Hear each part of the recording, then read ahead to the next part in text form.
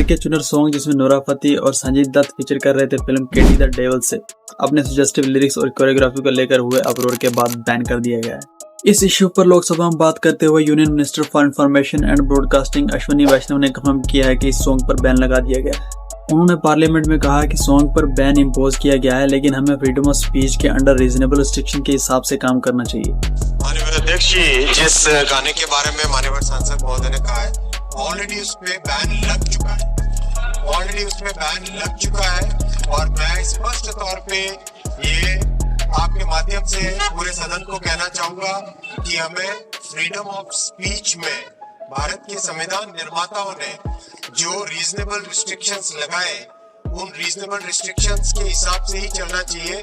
Freedom of speech can not be absolute, it has to be in the context of the society, it has to be in the context of the culture।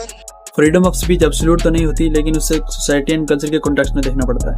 ये development तब आया जब कुछ दिनों से इस song के double meaning lyrics को लेकर काफी बैकलैश हो रहा था। फिल्म इंडस्ट्री के कुछ लोगों ने भी क्रिटिसिज्म किया और अथॉरिटीज के पास भी बहुत सारी कंप्लेंट्स फाइल हुई। इस आउटरीच के बाद यूट्यूब से पहले ही इस ट्रैक को हटा दिया गया था।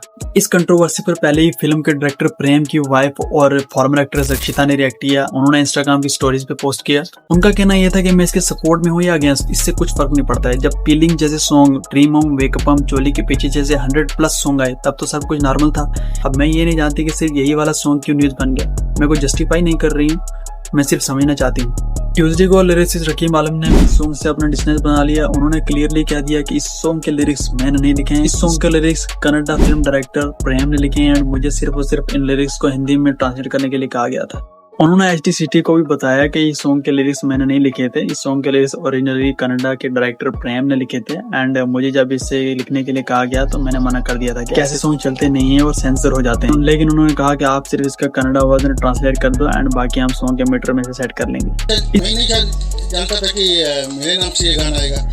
कल शाम को जब मुझे पता चला कि ये गाना जो है मेरे नाम से रिलीज हुआ और मुझे मेरा कंट्रीब्यूशन में घसीटा जा रहा, तो मैंने डायरेक्टर को फ़ोन किया और उनको बोला कि इमीडिएटली इस गाने को आप पहले यूट्यूब से हटाइए।